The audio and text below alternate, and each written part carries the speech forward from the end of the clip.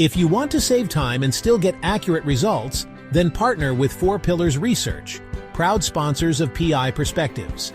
We specialize in uncovering insurance policies that can make or break your case. From identifying unknown policies to uncovering accurate policy information, we streamline the process so you can focus on your case.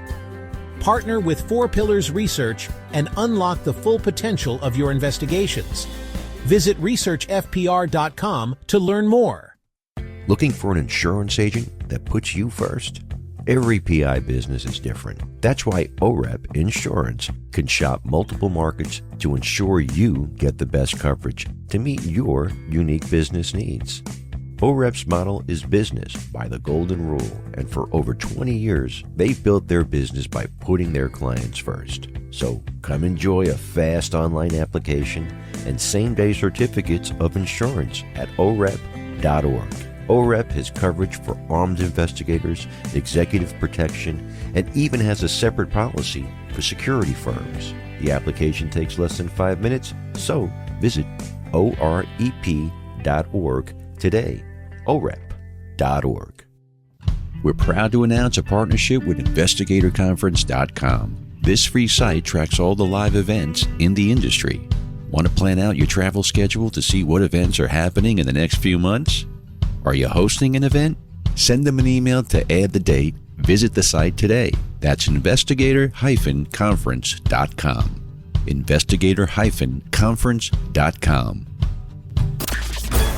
Welcome to the next episode of PI Perspectives. Today, Matt speaks with Pennsylvania PI Jeff Stein. Jeff comes from the world of retail loss prevention, and he wrote a book about it. It's called The Retail Investigator's Playbook. Matt and Jeff talk about some old school stories and give some insight on how to do this type of work. You can learn how to add this vertical to your investigative services. So please welcome Jeff Stein and your host, New York PI Matt Spaier. And welcome everyone to the next episode of PI Perspective. This is Matt Spaier, your host. We were talking online before we started recording, or I guess offline. And my buddy Jeff Stein is here, and I've known Jeff for so long, and it's just it's criminal that I haven't had him on before. But we're here today, and we're going to talk about some really cool stuff. So Jeff Stein, I want to welcome you to the program. Thank you. I appreciate it, and glad to be here. Yeah. So I first met you probably through Intelnet when I joined and actually started going to the conferences. And, over the years, I've seen how you've been involved in that organization and really taken a more upfront approach to managing it and making sure it delivers to its members. And it's been very cool to watch that. You're based in Pennsylvania, and you're involved in the state association there as well, the Vidocq Society as well. And you wrote a book. And I wanted to talk about it because it's a subject that's near and dear. But if I didn't hit any bullet points here, why don't you tell folks what you do, who you are, and what your specialty is? Sounds good. Well, you hit on a lot. I am the president and owner of EOPS, Private Detective Agency, and remind me to come back to the EOPS portion of it. Sure. But we are licensed in Pennsylvania, New Jersey, and Delaware, and provide investigative and security services. Do a lot of different things, like many different private investigators. We do have a security division, provide uniformed, armed and unarmed security. And personally, I do a lot of criminal defense work and expert witness work. That's my forte. A lot of homicide cases, and unfortunately in Philadelphia, although their numbers are down this year, there's unfortunately a lot of murder and homicides. Yeah, any big city that you're in, you're going to see the ebbs and flows of things going up and down. We got the same thing here in New York. Like everybody hates our mayor, but the murder numbers for some reason are down. So yeah, go figure. Go figure. I guess we're all united in our hatred. Yeah. I am the executive director for Intelnet, and as you know, we're an international association with a little over 600 members in 70 different countries. And there are so many great associations and international associations, and I know you're a member of a few, and I'm a member of a few others. And it's for me, it's just hard to be able to go to so many different conferences because I'm busy with work, Yep. with my family, with home life and IntelNet. But there are many great associations like WAD and CII and so many others. So Yep. kudos to all of the other uh, leaderships and board of directors on all the associations and state associations. And as you know from your previous roles and current roles, it's a lot of work. Yeah, it really is. Yeah, it really is. I'm finishing up my state association run here, and it's like I gotta say probably the last year is the most I've been involved in doing things as the chairman. Getting ready for my big gala shebang, uh, Right. right off into the sunset type of deal. So yeah, I can appreciate that for sure. It's good stuff. So your background, were you former law enforcement or no? I did was hired by Rockaway Township and went to the police academy to see Gert and then re-injured my shoulder and just went back into the private sector and I've stayed in the private sector ever since. I started when I was 18 years old as a store detective catching shoplifters back. Yeah. Yeah, so you like start naming off the names of those towns, and I'm originally Jersey kid, so like I'm familiar with it. I just started thinking about like the shore and the boardwalk Right. and store detectives, and you start thinking about people shoplifting going into these things. So y your book, Retail Investigator's Playbook, is something I'd mentioned. It kind of resonated with me because I got my career started doing mystery shopping. I had no idea what it was. I took a job as a reference checker with a company that did background checks, and their field investigator that did all their mystery shopping like walked off the job my first day, and I got promoted like 2 hours into being a reference checker into being this quote unquote field investigator that did mystery shopping. So give me your take on it. How were you inspired to write the book and um, we really don't have guidance or playbooks on it. So let's talk about that a little bit. So I've written some chapters before in some books on the retail sector, and the first half of my career was in the retail side. As I mentioned, I started as a store detective and worked for several different companies during college, post college. I rose through the ranks. I was a district loss prevention manager, a regional manager, and then became a director of loss prevention for a few different companies.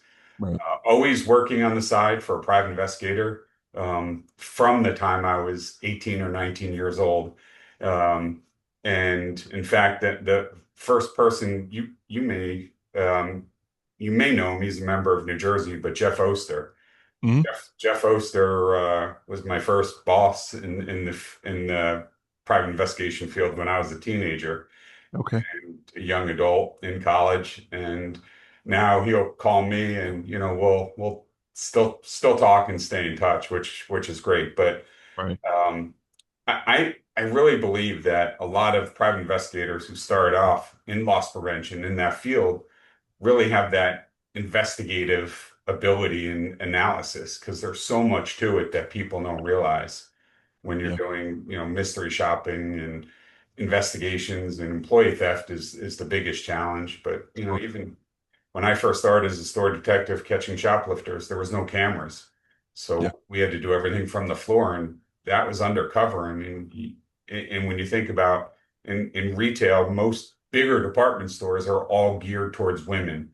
70% of the store, they have misses and petites and cosmetics and jewelry and lingerie. Men Right. says men, right? Yeah. And you had to blend in, whether you were in lingerie or in juniors, and pretend you're shopping for somebody and Right. whatnot. So, Yeah. There's always a challenge to it, right? And there are different reasons why somebody would do mystery shopping, right? It's obvious the obvious reason, right? Loss prevention. You're trying to prevent whatever it is you're selling from walking off the floor right into someone's pocketbook or whatever. But a lot of the other stuff too is quality control or customer service. And like you are not only are you doing integrity, but you're also testing somebody on whether or not they are knowledgeable of the products and they're, basically, are they doing their job or not, right? So there's that second aspect to it. So it's not always from a, theft point of view. Sometimes it's customer service. We had a client that was a bar, and I loved it. We had a couple bars and restaurants, right? Second Avenue Deli was one of them, right? So we're getting sandwiches. We're going in and seeing how high they're stacking the pastrami, or just what that experience was like, and then setting up situations where, giving them the opportunity to not do the right thing and see what Mhm. happens. Yeah. We had in Long Island, New York, a very famous restaurant, the Miller Ridge Inn was another one of our clients, where we would go in, have dinner, and then you see what that experience was like, and then go sit by the bar, and again set up situations where there were integrity testing, and I was doing that as like a 20-something-year-old, and it was great for dating. You want Yeah. to go out on a date, right? Take them to Miller It's all Ridge paid Inn, for. have a nice dinner, drinks, at least 3 rounds, right? It's all paid for. Yep. So that was fun. I looked like a hero a So few I've been times. taking clients out, Right, for lunch when we're doing mystery shopping on the side at a restaurant. right, right. And I always thought it was cool because, like, so here I was, okay, I mentioned I started that job probably when I was about 23, 22, 23. And I was out in the field doing that for maybe about 2 years, 2 or 3 years before I came in house. But I was working with a woman who was 53 years old, and she was from Barbados, right? So you would never think that we'd be working together as a team. Right. We caught so many people stealing, because we would Yep. set up these scenarios at the register where, I would or she would give the opportunity for the employee to steal.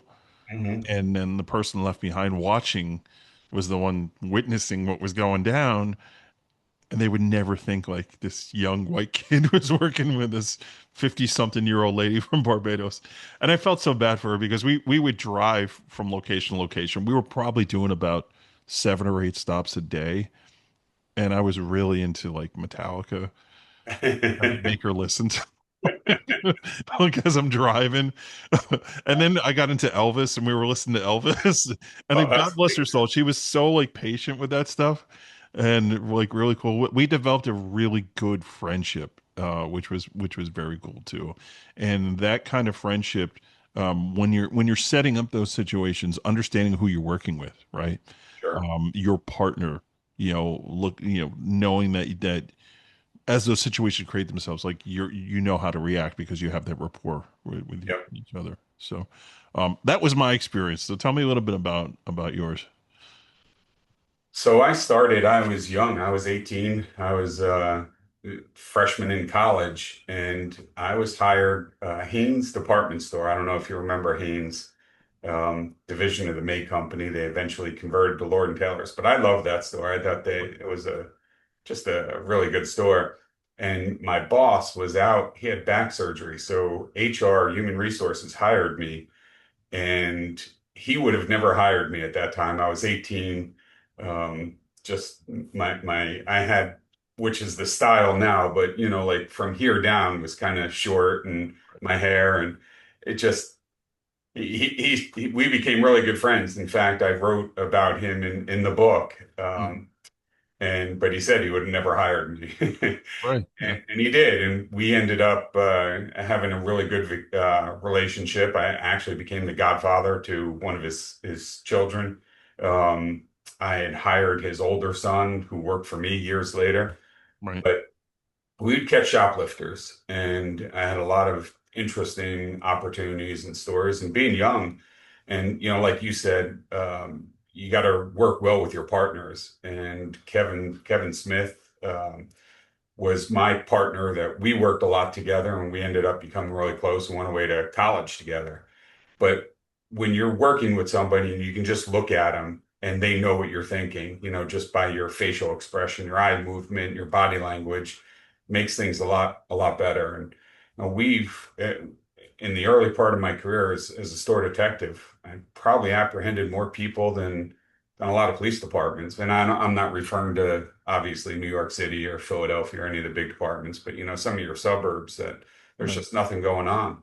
And we had fights, we had chases, and in fact, when I went away to college in Westchester, Pennsylvania, I was working for a company called John Wanamaker's as a store detective, and I was run down by a getaway driver. So October 28th, 1989, I was run down, and I was actually helivaced from the mall parking lot, King of Prussia Mall. Wow. Helicopter landed in Macy's parking lot. Well, the ambulance came. Let me back up. These guys cut coats, leather coats, and I can remember the day up until this point as clear as yesterday.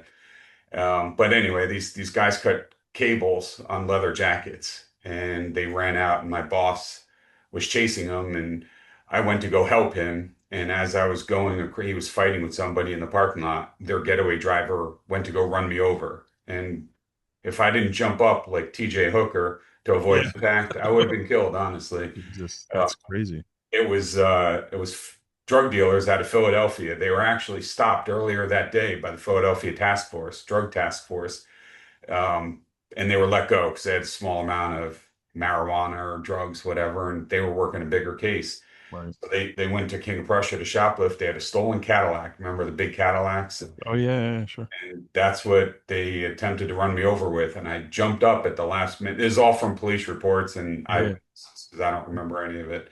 sure. And I jumped up to avoid impact and landed on the hood of the car. I was on the hood of the car for like 60 yards till I went over the roof.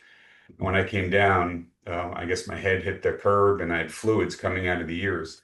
Jesus. So Wow. when the local ambulance came, they didn't want me. They're like, he's a trauma. So they called for a helicopter and flew Right. me to University of Pennsylvania. And I was in college at the time. I was young. I was 19. And I was in the hospital for about 2 weeks with a fractured skull and inner ear bone. And um, I was fortunate and came out of the hospital and went back to school and back to work. And here I am. But That's amazing. I never knew that. Yeah, I yeah, mean, listen, you and I have known each other for years. I never knew that story. That is crazy. yeah, it really was. It was, it was pretty rough at the time. But I mean, to this day, I have a ring in my right ear from it and loss of smell. I can't smell at all from that accident. I mean, considering the alternative, I think you take it. Yeah. For sure. Absolutely.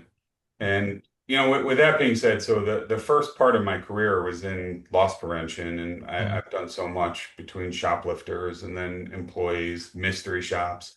I've Yeah. done all that, and I felt bad because back in the day when we were doing mystery shops, and you go into those restaurants, and you're getting food and drinks and whatever. A lot Mhm. of times, what they wanted us to do was not leave a tip and pay with your credit card, Right. if they would put the tip onto your credit card, and they would put a large amount. And I Right. feel bad because you had some good servers and they're not getting a tip. I don't think that's fair. So I feel, Yeah, that's kind of a crappy thing to do. yeah, Not to mention if you ever want to go back there on your own time, like here for comes sure. that cheapskate. Dress it well there. Oh, that's awful. And, Yeah, I always thought the interview after you caught him was something that was fascinating to me.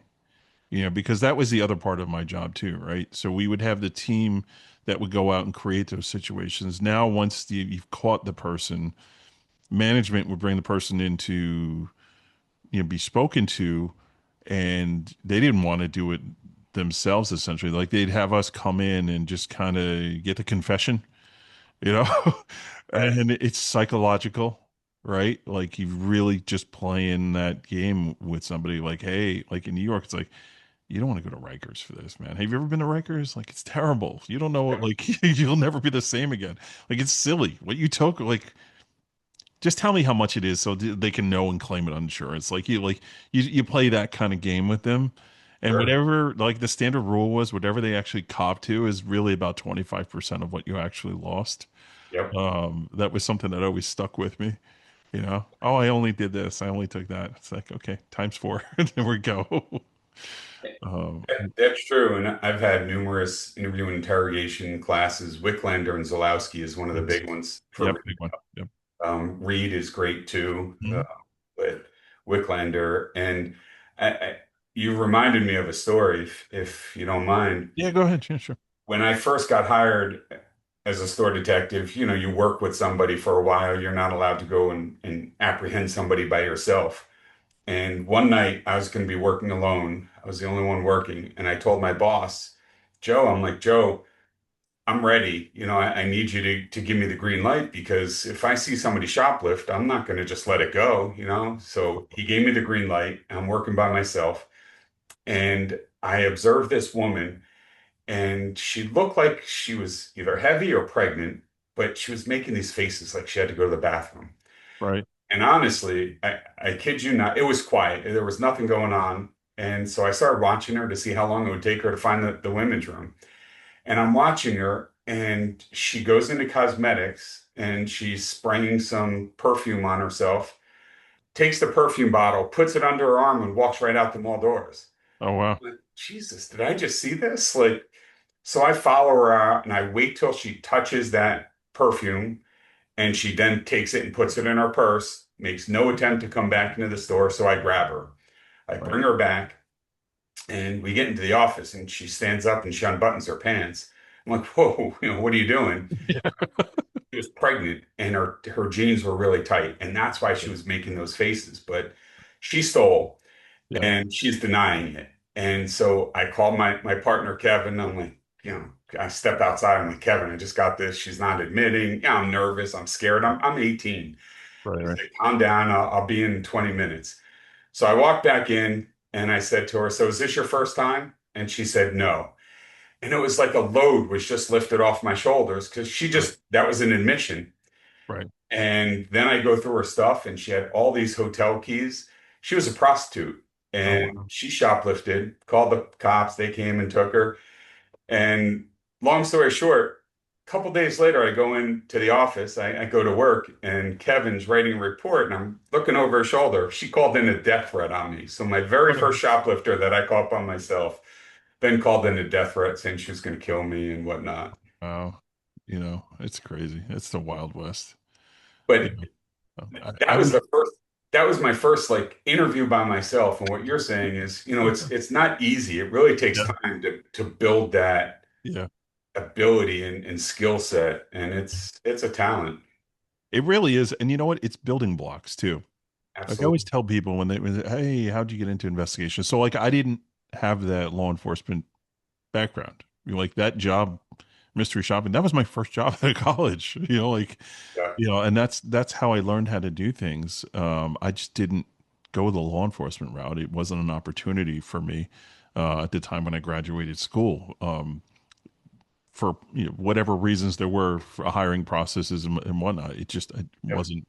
wasn't in the cards for me, right? So learning those techniques, you talked about the interview, the different styles of doing things. Like I went through all that and those classes and learned how to do all that stuff. And it's amazing that I didn't know at the time how I was building the blocks for my career. Hmm. What I actually ended up doing after I left there, and I even got out of investigations like 100%, right? So I took that experience of the mystery shopping, interviewing, and all that, and we did a lot of pre-employment screening. So I was doing a lot of interviewing people before they were even hired, but doing the integrity side of it as well. Right? Hey, everybody steals every now and then. What'd you take? Like it's not a big deal, right? And then they cop to it, and I call and say, "Don't hire this guy. Like he's a terrible person," right? Um, but taking that and going into recruiting, I actually became a recruiter from doing that. I was a recruiter for 3 years Oh, wow. before I stopped doing that and got back into the investigative field. Um, but the building blocks of how to interview somebody, how to develop rapport, like those are the situations. That's the breeding ground, I think, for being a great detective and really like learning how to build rapport and develop intel. Yeah. Same experience, right? Yep. Very true. Absolutely. Yeah, and it's the stories are hilarious too. I mean, Yeah. I can only imagine, the other things you've seen. I remember I had one guy, like, he showed up to a job interview in like work overalls from like JFK Airport. He was a baggage handler, and he was applying for like a pretty significant. It may have been in the financial world or something, like a significant job. And I'm like, Right. who shows up to a job interview wearing overalls from the airport? Like, it was super strange. And then the guy ended up copping to like dealing drugs or whatever. So it was a good excuse not to hire him. Yeah. While we were doing that. But it's interesting. The stories are always hilarious. What I want to do is I want to take a break real quick and hit reset, and then when we come back, I want to talk about the book and some of the takeaways from it that people can expect that are maybe interested in learning a bit more about that side of the business, do's and don'ts, and things of that nature. So, everybody sit tight, and when we come back, we're gonna dive into the book a little bit. We'll be right back. Are you enjoying this episode? And are you concerned about the legislation that is affecting our industry? You can attend the next NCISS 50th Anniversary Conference in Nashville, Tennessee, from August 20th to the 22nd. Watch a live episode of PI Perspectives get filmed and be a part of the recording. Check out more at nciss.org. Check out the PI Institute of Education at piinstitute.com. Since 1989, Kelly Riddle has been teaching on subjects such as surveillance, nursing home investigations, insurance fraud, domestic investigations, hidden assets, and accident scene investigations. The PI Institute of Education is a featured learning partner in the investigatorstoolbox.com. So check out the free content on the site, then visit the Institute for more great savings on additional classes. Satellite Investigations has launched its new website full of great new content. Matt and his team have released some great informative blogs. Make sure you log in to LinkedIn and follow Satellite Investigations for the latest content. Over the past year, our industry has been the target of foreign governments and agencies that have attempted to recruit unsuspecting investigators to gather intelligence or immediate expatriates. PI Perspectives is teaming up with the Federal Bureau of Investigations to get the word out about this ongoing crisis. If you've been contacted by an individual or company that might seem suspicious, please contact the FBI at tips.fbi.gov. You can also contact the New York field office at 212-384-1000 to report suspicious activity in any state. The link is also in the show notes. Even if you completed a job and it still doesn't sit right with you, you can report this activity. The only way to stop this trend is to work together. So let's do it. And welcome back to PI Perspectives. This is Matt Spaier, your host. We're here with Jeff Stein. Jeff is talking about mystery shopping. He's written a book called Retail Investigator's Playbook. Jeff, I want to welcome you back to the program. Thank you. Okay, so before we took a break, I had teased about talking a little bit about the book and just takeaways from it. So as you were putting this playbook together, what was your hope that the reader would take away from it? I think it's a great guide for private investigators, as well as loss prevention professionals and business owners themselves, especially the smaller mom and pop stores, the bodegos, and really can relate to a lot of different businesses. Doesn't necessarily have to be retail, but structured a little bit more towards retail. Sure. Having been in that for my first half of my career, from the time I was 18 for the next 20 years, you learn so much. And unfortunately, in the retail world, being in retail, you're a victim of mergers and acquisitions and Chapter 11s, and especially in this day and age, that climate is changing so much. Where I've worked for all the several of the big department stores, including Macy's. I was at Herald Square. It was my office. I was in their SIU, their Special Investigations Unit. I worked for the Disney stores. My office was on 42nd Street. So I have a sweet spot for New York City and a passion for New York, and I'm a big time Yankees fan. In fact, I'm going to the game Wednesday with my daughter. But with that being said, when after being a victim of so many different mergers and acquisitions and a private investigator that I used to work for part-time, even when I was a director of loss prevention, I did bounty hunting and private investigations on the side. And he really said, you need to shit or get off the pot. Sure. And I did. So I started my own company. And when I first started, the ELPS stood for Executive Loss Prevention Services. That's what it originally stood for. Right. And my goal was to specifically cater to the small retail businesses and the bodegos, the mom and pop shops who don't have a loss prevention department and have no idea what to do. Right. Yeah. No, you're right. But still have the same problem, right? They're being, Without a doubt, they have the same problem, but nobody there to help them and guide them. And so that's what I started, and my business has evolved over the years, and now it stands for Executive Legal and Professional Services. But the point of the book is really to give a playbook, an easy read for private investigators. There's so much opportunity for PIs to market themselves to these smaller retailers, to the mom and pop shops who don't, they know they have a problem. I mean, there could be a lot more money in their bank, but they don't know what to do, and they're gonna accuse people of things. They're going to open themselves up to litigation, to lawsuits, to all kinds of things. sure. In fact, I just did some work for a company. They have over 30,000 employees nationwide, Wow. and they had an employee who received a pretty threatening letter in her locker. And so they had me go in to interview all the employees to try to find out who wrote the letter and why. And I did, and was able to close that case. And not only that, the one person they wanted me to offer a severance package to, because HR didn't want to get involved. And they had me working with her because I George had Clooney, look at you. them. Yeah. He's up in the air. There he goes.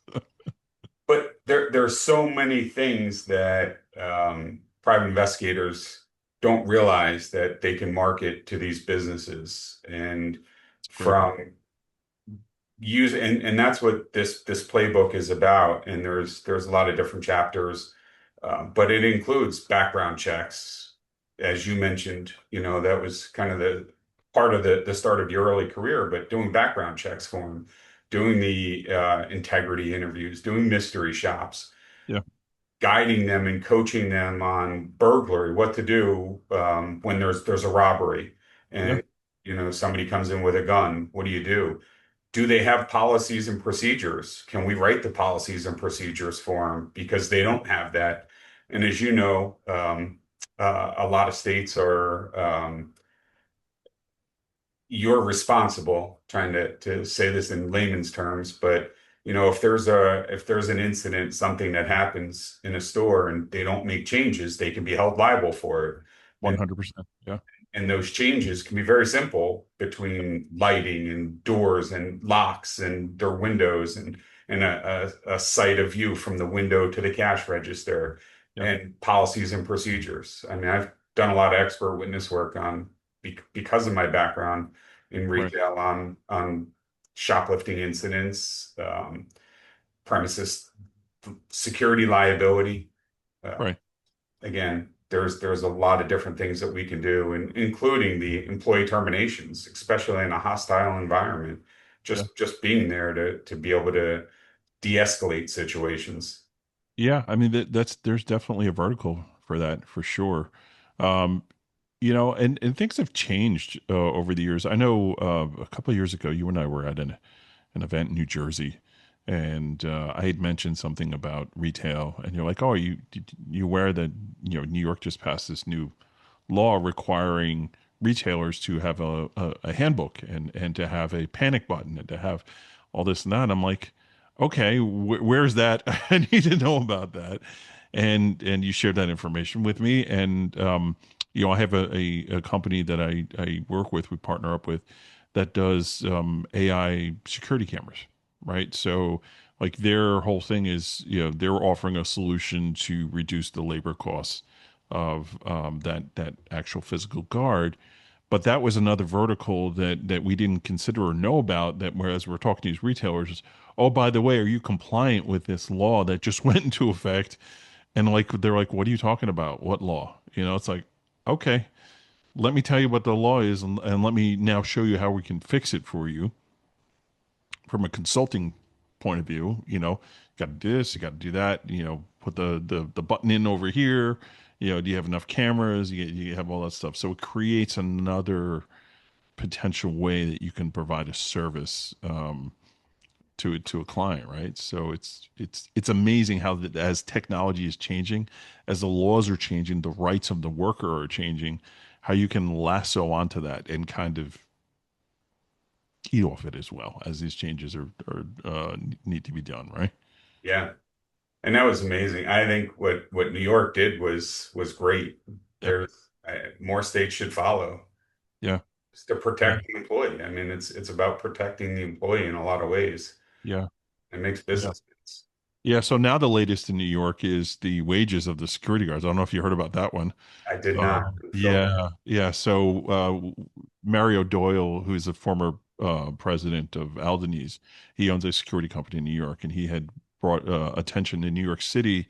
There's a law that just passed with regards to the wage requirements for live security guards, right? And it like substantially increasing it. Come January, I mean, you're talking, what the companies were billing their rates for security guards are now they're going to have to figure in a substantial raise for these actual employees.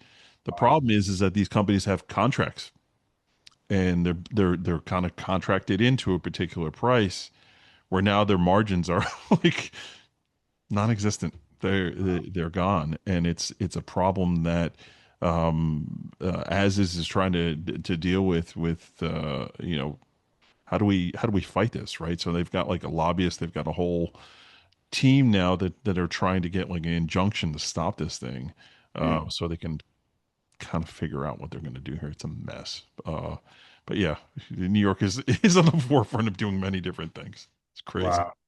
Yeah. Philly tried to do something. They enacted a new law too with security and where they wanted training, similar to what New Jersey had. Well, I say similar, but New Jersey, a lot of states have training. New Jersey has a SOAR program that security guards have to have um, 24 hours of training or 40 hours of training. And Philly tried to enact that themselves, not the entire state of Pennsylvania, just Philadelphia. Sure. And they were saying that it's the responsibility of the employer to pay for that training. Right. And there's a lot of turnover in the guard world, and Yeah. that becomes very expensive on the employer, and they had to do all this. And it was delayed. I wrote a long letter to the mayor and with a suggestion on how they should be doing it, but never heard back, of course. No surprise. Yep. But those situations really cause a financial burden to the employer, to the guard companies, which could put them out of business when they're done like that. Crazy. Absolutely crazy. So uh let's get back to the segue back to the For the machine book. shop and stuff. Yeah. So like what are some of the misconceptions that the investigator may not think about when it comes to this line of work? I think there's a lot that people don't realize how much that the employees are responsible for losses as Hmm. opposed to shoplifters and all the different ways that employees can steal from them. Yeah. Yeah. And I talk about that in the book, refund fraud and Hmm. check fraud and not just stealing from the register, but creating loopholes and ways to kind of cover their tracks. Yeah. And that it's very similar, regardless of it's a large chain like one of the national department stores or a Yeah. five-person boutique or a mom and pop bodega. It's very similar to how you investigate and what you need to investigate. It's the same all across the board. It's Yeah. just they don't have those abilities in the smaller stores that don't have their own departments. and how rarely that small retailers do anything proactive to do any kind of loss prevention training. And, it's just your simple things can really help, even not necessarily a huge financial investment, but just doing some simple training. I've had companies that have flown me to Florida and different places to do robbery training and shoplift training for all of their managers. So there's just the training aspect alone, there's opportunities there for private investigators. Yeah, that's a great point. Like figuring out all the different verticals, all the different ways that you can monetize these particular situations, and you can build the rate around the size of the business. Mhm.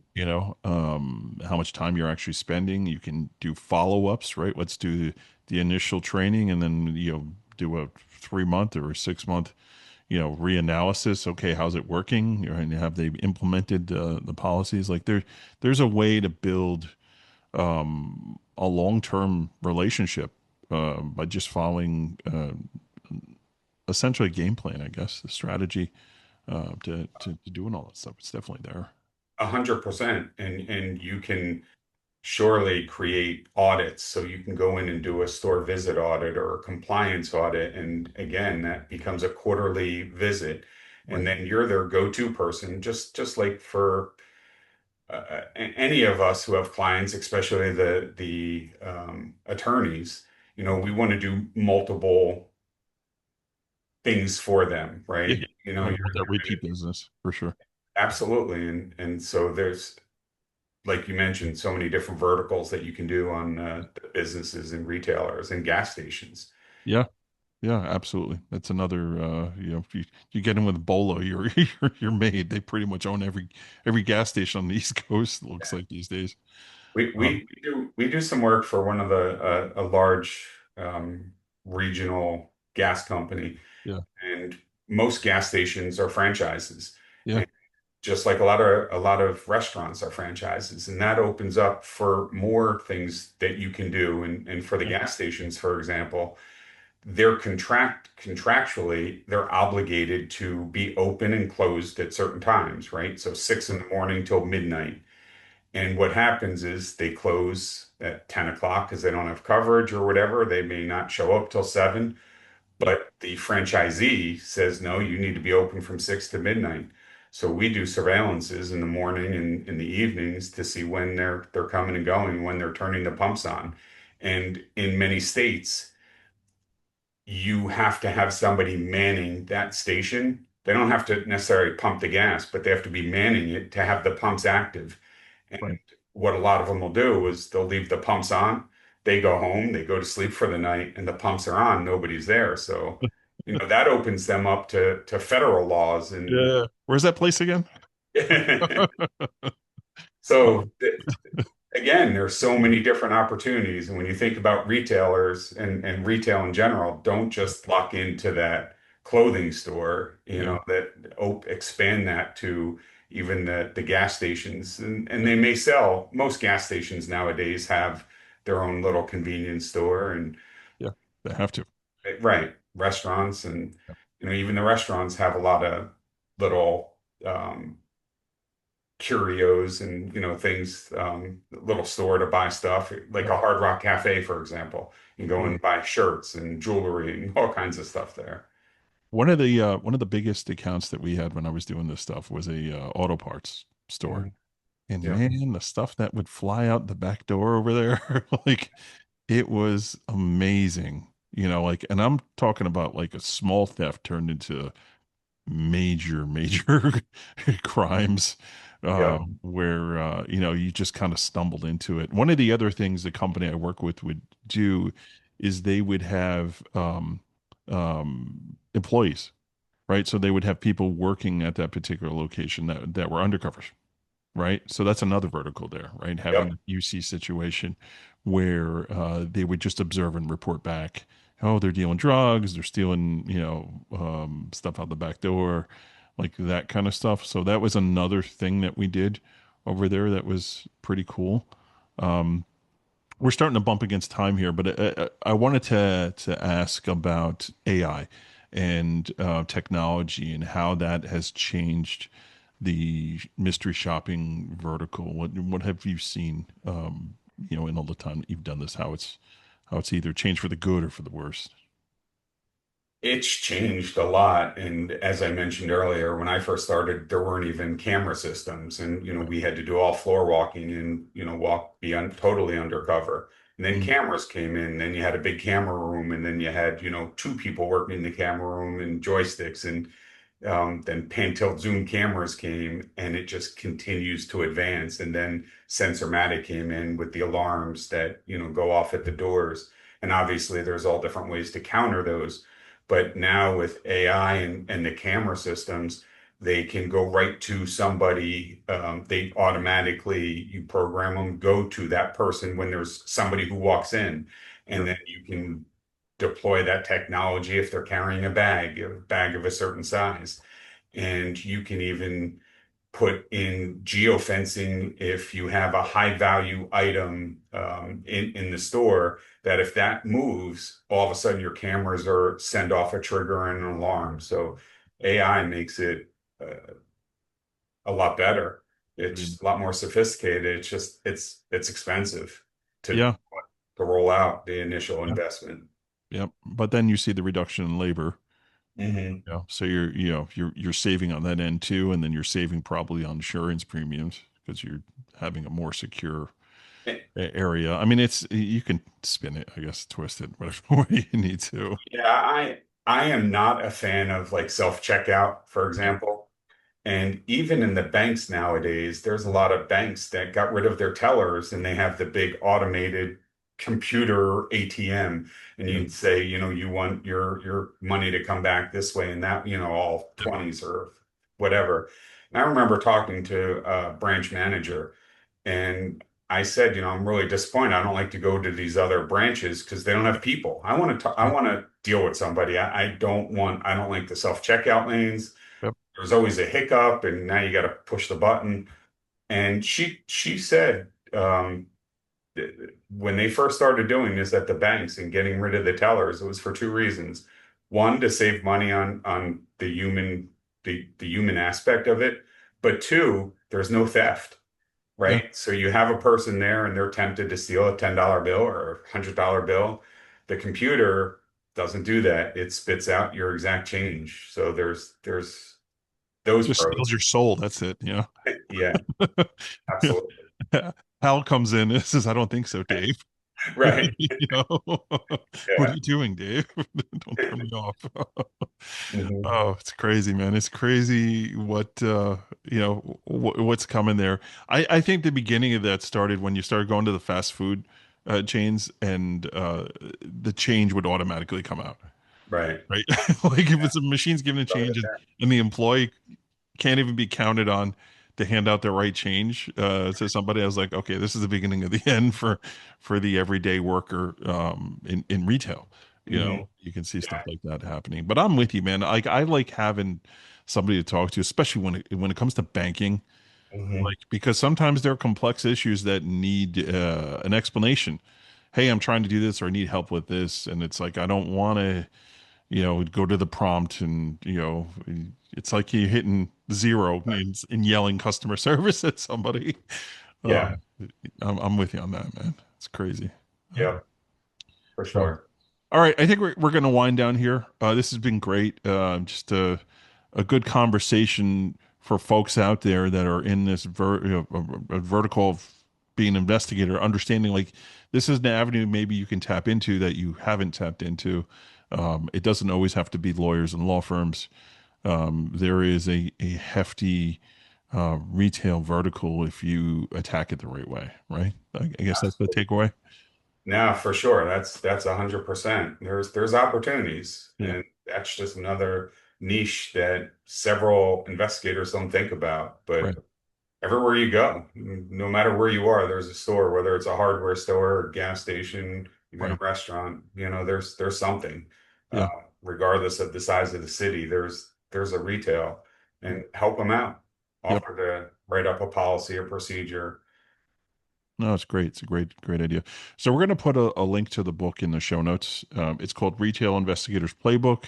Jeff Stein is the author. You can go look it up online too. But we'll have a link in the show notes.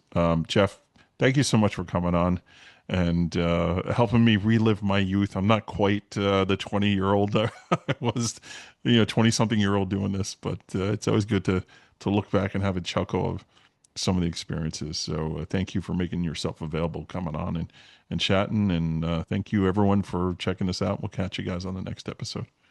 Awesome. And thank you for having me. I appreciate it. Yeah, no worries. No worries. Take care, everyone. We'll catch you next time. Thanks for checking out today's show. Thanks to Four Pillars and OREP for sponsoring us. Additional thanks to the PI Institute of Education for sponsoring our podcast as well.